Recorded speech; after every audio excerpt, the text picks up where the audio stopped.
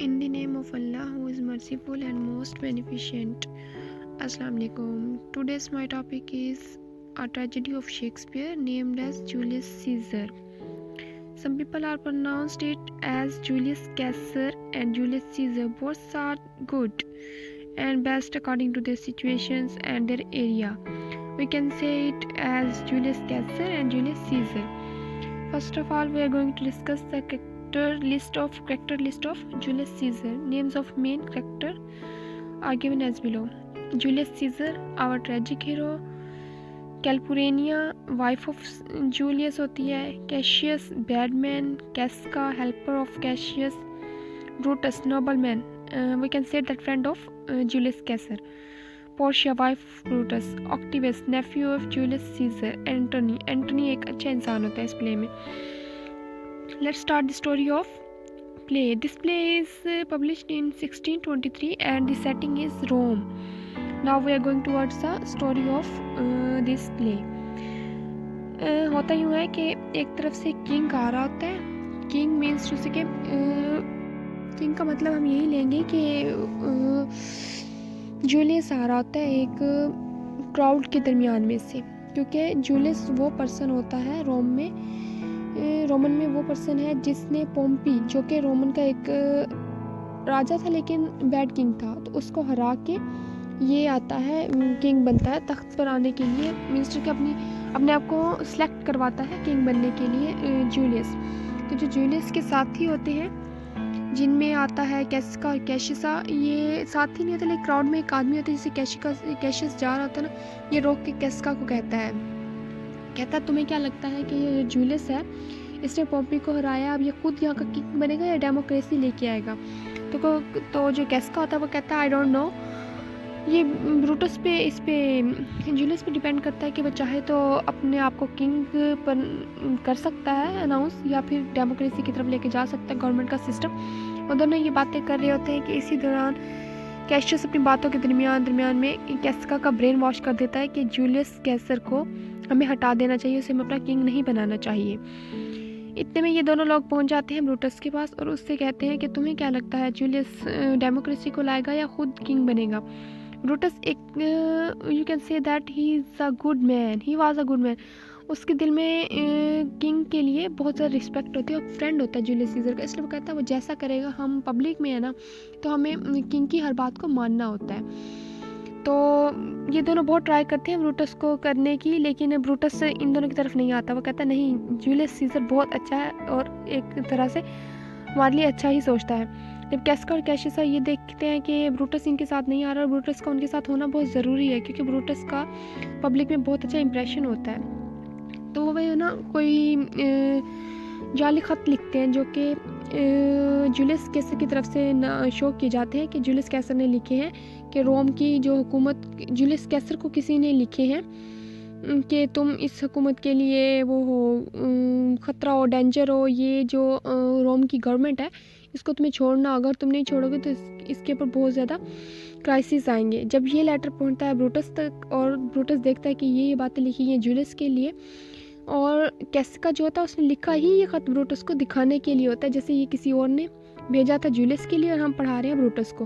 तो वो एक ट्रिक चलता है और इस तरह से ब्रूटस को लगता है कि नहीं ये गलत कर रहा है जूलियस, अब इसे मार ही देना चाहिए. तो ये तीनों प्लान बना लेते हैं कि हमें ब्रूटस को मार देना चाहिए. दूसरी तरफ जो ब्रूटस होता है, जूलियस है, उसको एक आदमी ने प्रेडिक्शन किया है कि तुम्हें ना 15 मार्च को तुम्हारी जान को बहुत ज़्यादा ख़तरा होगा, तुम्हें एसिनेशन करने के लिए कुछ लोग आएंगे, तो तुम्हें अपनी हिफाजत करनी होगी 15 मार्च को.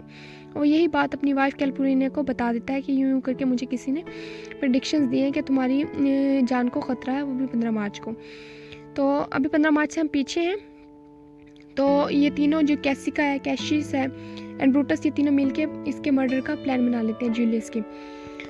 तो तीनों ने मिलके कैंपेन शुरू कर दी और इट्स कि हर गवर्नमेंट में कुछ लोग किंग के ख़िलाफ़ होते हैं, जैसे कि हमारे मिनिस्टर, हमारे कंट्री में भी बहुत से लोग हमारे पीएम के ख़िलाफ़ होते हैं. अगर हम उनकी कैंपेन करें, उनके ग्रुप बनाएं तो बहुत से लोग निकल आते हैं. इसी तरह जब इन तीनों ने लीड किया इस ग्रुप को और ऐसे बहुत से इंसान निकल आए जो कि किंग के ख़िलाफ़ थे, इन्होंने मिलकर एक ग्रुप बना लिया कि वो लोग जो कि जूलियस सीजर के ख़िलाफ़ है उसे मारना चाहते हैं.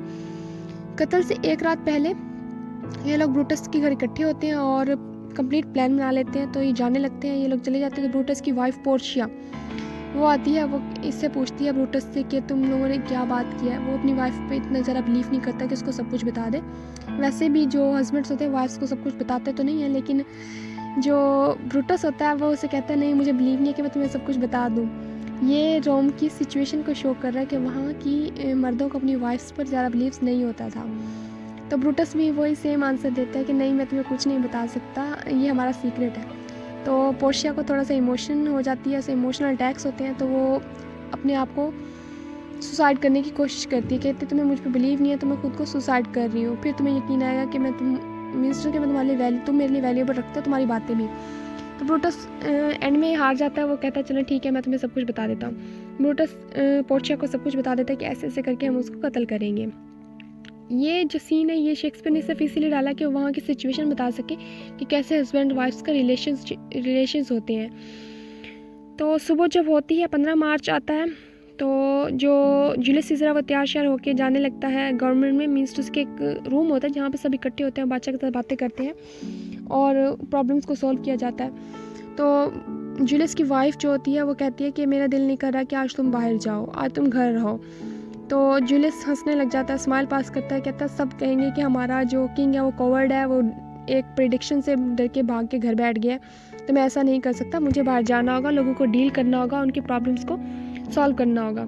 जबकि जो लोग ये होते हैं ब्रूटस वगैरह ये भी इनकरेज करते हैं, ये उसी एरिया में आ जाते हैं जहाँ पे ये दोनों मियाँ बीवी होते हैं। तो उसे कहते हैं कि तुम अपनी वाइफ की बात मानोगे, आज बाहर नहीं आओगे, तुम इतना डरते हो, ये वो करते हैं। महल कैलपुरेनियन की बात को छोड़ के ना जूलियस बाहर चला जाता है। तो इन तीनों ने तो प्लान बनाया होता है, ये फ़ौरन से पहले जूलियस को मार देते हैं। लास्ट अटैक जो था वो ब्रूटस करता है। तो इस अटैक के टाइम जो जूलियस होता है वो ना ब्रूटस को मीन्स उसके रिकॉग्नाइज कर लेता है कि ये तो मेरा दोस्त है। वो एक बात कहता है et tu Brutus, you too Brutus, कि तुम भी इन लोगों में हो, मुझे मारने वालों में। और यहाँ पे आके प्ले ख़त्म हो जाता है।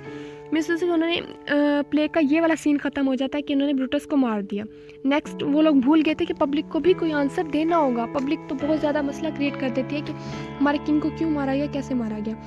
फिर ये लोग एंटोनी को साथ मिलाते हैं, उसे कहते हैं कि तुम लोग स्टेज पे जाके ऐसा ऐसा बोलोगे और हमारे हक में कुछ बोलोगे ताकि हम लोग बच जाएं।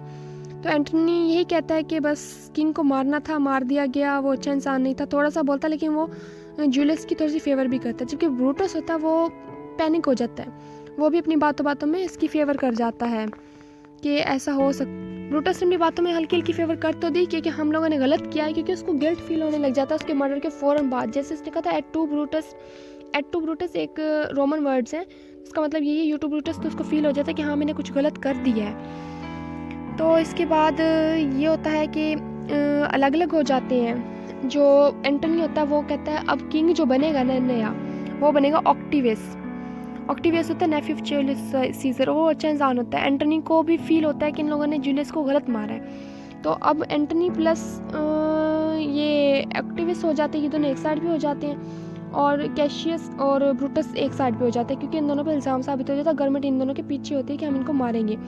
ये दोनों भाग जाते हैं। एंटोनी और ऑक्टिवियस एक लश्कर तैयार करते हैं फाइट के लिए कैशियस के साथ। उधर से ब्रूटस को एल्यूजन्स होने लग जाते हैं कि मेरे पीछे आ रहा है जूलियस, मुझे मारना चाहता है, मुझे बोल रहा है कि तुमने मुझे क्यों मारा। वो खुदकुशी कर लेता है। उससे पहले जैसे पोर्शिया को पता चलता है वो भी अपने आप को अपनी सुसाइड कर लेती है, वो भी मर जाती है। इधर से ये एंटोनी और ऑक्टिवियस जो होते हैं ये अपनी आर्मी को प्रिपेयर कर रहे होते हैं अटैक करने के लिए कैशियस पर। कैशियस को जब पता चलता है कि मैं अकेला रह गया हूँ और अब मेरे मीन्स उसके मेरे पास कोई पावर नहीं है, मेरे मरना ही है, तो वो इन दोनों के डर से, एंटोनी और ऑक्टिवियस के डर से खुद ही सुसाइड कर लेता है। तो इस प्ले के एंड में यही होता है कि एंटोनी और ऑक्टिवियस रह जाते हैं जो कि गवर्नमेंट को आगे चलाएंगे, लेकिन जूलियस सीजर के साथ उसके दोस्त ने गद्दारी की और उसे मार दिया गया। ये था ये हमारे इस प्ले की स्टोरी। अब हम देखेंगे tragic flaw of Julius Caesar. Julius Caesar's flaw of arrogance and dynastic ambition. Means उसे के जो एरोगेंस है ना, एरोगेंस का मतलब होता है फ़ख्र, तकब्बुर।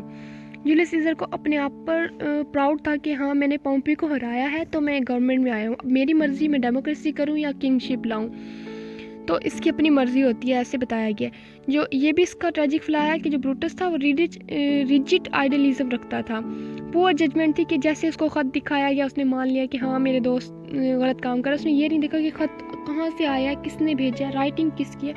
उसने कोई तहकीक नहीं की, कोई इन्वेस्टिगेशन नहीं की, उसने बस इसको सच मान लिया, जिसकी वजह से ये हुआ।